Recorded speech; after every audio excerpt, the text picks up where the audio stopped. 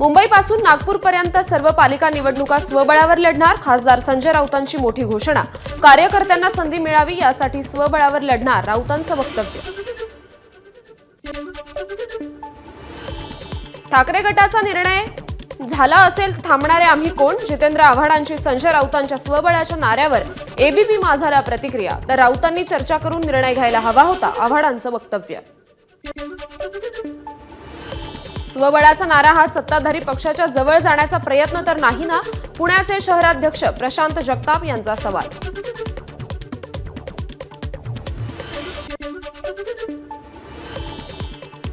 राऊतांच्या वक्तव्यात नाविन्यपूर्ण काही नाही, उद्योगमंत्री उदय सामंतांची प्रतिक्रिया. तर महायुतीने स्थानिक स्वराज्य निवडणुका एकत्र लढवायला हव्यात, सामंतांनी व्यक्त केली इच्छा.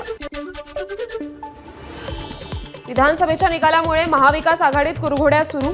काही दिवसांनंतर महाविकास आघाडी शिल्लक राहील किंवा नाही अशी परिस्थिती होणार, मंत्री गुलाबराव पाटलांचा टोला.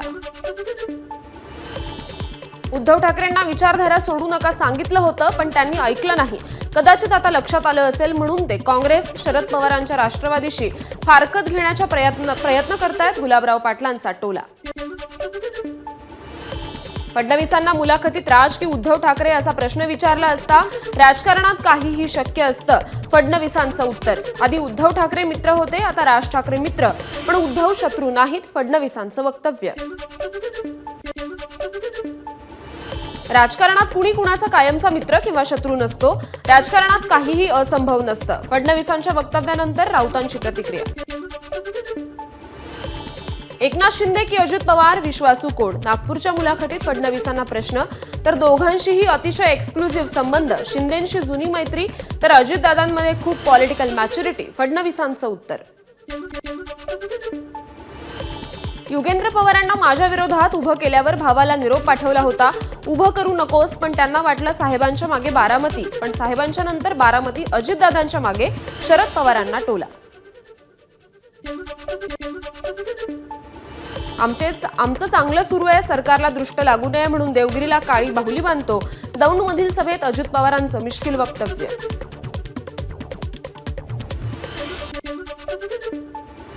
उपमुख्यमंत्री अजित पवारांकडून बारामतीतील विविध विकास कामांची पाहणी, बारामती शहरासह तालुक्यातील विविध ठिकाणी भेटी. मुख्यमंत्री फडणवीसांकडून नागपूरच्या मेयो रुग्णालयातील विकास कामांची पाहणी, कंत्राटदारांसोबत मुख्यमंत्र्यांनी संवाद साधला.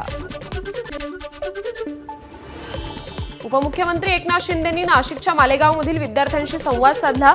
शालेय शिक्षण मंत्री दादा भुसेंनी व्हिडिओ कॉल करून एकनाथ शिंदेंचा विद्यार्थ्यांशी संवाद घडवून आणला. भाजपमधल्या माझ्या प्रवेशाची चर्चा चुकीची, ठाकरे गटाच्या राजन तेली यांचं स्पष्टीकरण. मतदारसंघातल्या कामासंबंधी बावनकुळेंची भेट घेतली असा दावा. संतोष देशमुख सोमनाथ सूर्यवंशी हत्येप्रकरणी धाराशिवमध्ये जन आक्रोश मोर्चा, मोर्चात जरांगेंसह सर्वपक्षीय नेते सहभागी होणार. धाराशिवमध्ये सर्व पक्षीयांचा जन आक्रोश मोर्चा असल्यानं वाहतुकीच्या मार्गात बदल. सेंट्रल बिल्डिंग ते बस स्थानक या मार्गावर एसटी बसेसला मनाई, पर्यायी मार्गाने वाहतूक सुरू. संतोष देशमुखांच्या हत्येचा तपास कुठवर आला हे पोलीस का सांगत नाहीत? देशमुखांची मुलगी वैभवी देशमुखचा सवाल. पोलिसांना तपासाबाबत विचारणा केल्यानंतरही माहिती देत नसल्याचा आरोप. देशमुख हत्या प्रकरणाची माहिती पोलिसांनी कुटुंबियांना तरी किमान द्यावी, आमदार कैलास पाटलांची प्रतिक्रिया. तर राज्यातील कायदा आणि सुव्यवस्था बिघडण्याला मुख्यमंत्री जबाबदार, कैलास पाटलांचा आरोप. विष्णू चाटेची खंडणी प्रकरणाबरोबरच आता हत्या प्रकरणाचीही चौकशी होणार. हत्या प्रकरणात चौकशी करण्यासाठी त्याची कस्टडी मिळावी यासाठी चाटेला आज पुन्हा कोर्टात हजर करणार. वाल्मिक कराडनंतर आता त्याचा मुलगा सुशील कराडही अडचणीत. वाल्मिक कराडच्या मुलाविरोधात सोलापूर कोर्टात तक्रार अर्ज. सुशीलने मॅनेजरच्या घरात घुसून पिस्तुलाच्या धाकानं लूट केल्याची तक्रार. टोरेस घोटाळा प्रकरणात पोलिसांची छापेमारी सुरूच. मुंबईतील सर्व टोरेसच्या दुकानांचा मुद्देमाल ताब्यात घेण्यास सुरुवात. आर्थिक गुन्हे शाखेकडून टोरेस कार्यालयातील मुद्देमाल जप्त. टोरेस घोटाळा प्रकरणात आणखी 3 अटक. भाईंदरमधील टोरेस कंपनीत काम करणाऱ्या कॅशियर मॅनेजर आणि कार्यालय जिच्या नावानं भाड्यानं घेतलं होतं तिला अटक. तिघांनाही 5 दिवसांची पोलीस कोठडी. नागपुरातील देवलापार येथील राईस मिलवर महावितरणकडून वीज चोरीची कारवाई. जवळपास 1,02,00,000च्या वीज चोरीचा प्रकार उघडकीस. राईस मिलचे शफीफ अन्सारी यांच्या विरोधात गुन्हा दाखल. मुंबईच्या अंधेरी पश्चिमेत एकता कपूर यांच्या नावानं चालणाऱ्या संस्थेत शिक्षक आणि विद्यार्थ्यांची फसवणूक. अभिनय शिकवणाऱ्या संस्थेची मनसेकडून बोलखोल. संस्थेत कामगारांना 3 ते 4 महिने पगार दिला नसल्याचा आरोप. कोल्हापूरच्या हुपरीमध्ये अतिक्रमण केलेल्या मदरशांवर कारवाई. आज पहाटेपासून अतिक्रमण काढण्यास सुरुवात. 1984 पासून संबंधित मदरशाबाबत तक्रार.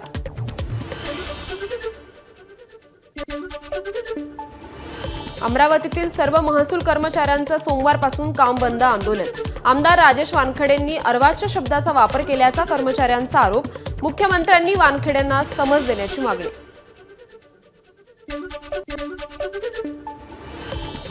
गोकुळकडून म्हैस दूध खरेदी दरात 2 रुपयांची वाढ. आजपासून नवीन दरानुसार शेतकऱ्यांकडून दूध खरेदी. नव्या दरानुसार 56 रुपये 60 पैसे दरानं दूध खरेदी. पुणे मुंबईत दुधाची मागणी वाढल्यानं उत्पादन वाढवण्याचे प्रयत्न. कराड तालुक्यातील पालीमध्ये खंडोबाची यात्रा. राज्यातील कानाकोपऱ्यातून भाविक खंडोबाच्या दर्शनासाठी दाखल. खंडोबा म्हाळसा विवाह सोहळ्याचा आजचा मुख्य दिवस. सिंधुदुर्गमधील पेंडूर गावातील वेताळ मंदिरात 14 दिवसांचा मांड उत्सव. बहिणींचा 14 दिवसांचा माहेरपणाचा उत्सव म्हणून मांड उत्सव प्रसिद्ध. समुद्रातील वादळी वाऱ्यांचा मासेमारीवर परिणाम. वाऱ्यामुळे अनेक नौका बंदरावरच उभ्या. त्यामुळे मच्छीमारांचं आर्थिक गणित कोलमडलं. भंडाऱ्यातील नवेगाव नागझिरा व्याघ्र प्रकल्पात जंगल सफारीसाठी गर्दी. पर्यटकांना मुख्य रस्त्याजवळ वाघाचं दर्शन. बुलढाण्यातील सिंदखेड राजा येथे जिजाऊ जन्मोत्सव मोठ्या थाटात साजरा. राज्य सरकारच्या सांस्कृतिक विभागातर्फे जिजाऊ गाथा कार्यक्रम सादर करण्यात आला. अहिल्यानगरमधील बागडपट्टी परिसरात पंतप्रधान मोदी, योगी आदित्यनाथ यांचे फोटो असलेले पतंग बाजारात. मोदींचा फोटो असलेल्या पतंगांना सर्वाधिक मागणी. ठाण्यात रोड सेफ्टी कार्निवलचं आयोजन. कार्निवलमधून वाहतूक विभागाकडून सुरक्षित वाहन चालवण्याचे धडे.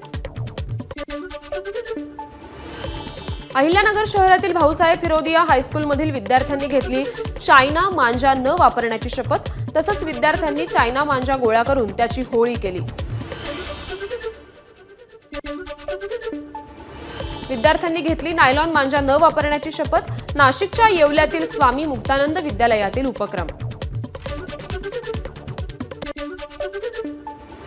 वर्धा जिल्हा स्टेडियमवर बॉक्सिंग खेळणाऱ्या खेळाडूची क्रीडा विभागाकडूनच अडवणूक.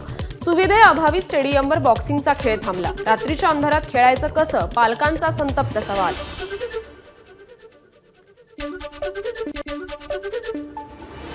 मुंबईत बेकायदेशीरपणे राहणाऱ्या बांगलादेशींची मुंबई पोलिसांकडून धरपकड सुरूच. 1 ते 11 जानेवारीपर्यंत 26 बांगलादेशींना अटक. मुंबईच्या विविध पोलीस ठाण्यात आतापर्यंत 13 गुन्हे दाखल.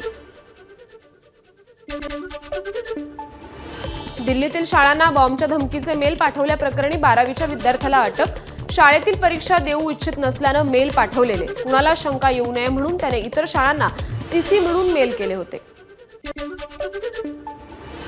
भोपाळमध्ये भाजपचे माजी आमदार हरवंश सिंग राठोड यांच्या घरावर आयटीची धाड. छापेमारी दरम्यान पोलिसांना 3 मगरी आढळल्या. राठोड यांच्या घरात 14 किलो सोनं सापडलं. अयोध्येत श्रीरामाच्या प्राणप्रतिष्ठेचा तिथीनुसार वर्षपूर्ती सोहळा. आजपासून 3 दिवस हा सोहळा चालणार. देशभरातून 170 धर्माचार्य अयोध्येत. अमेरिकेत दुहेरी संकट. एकीकडे वणवा तर दुसरीकडे तुफान बर्फवृष्टी.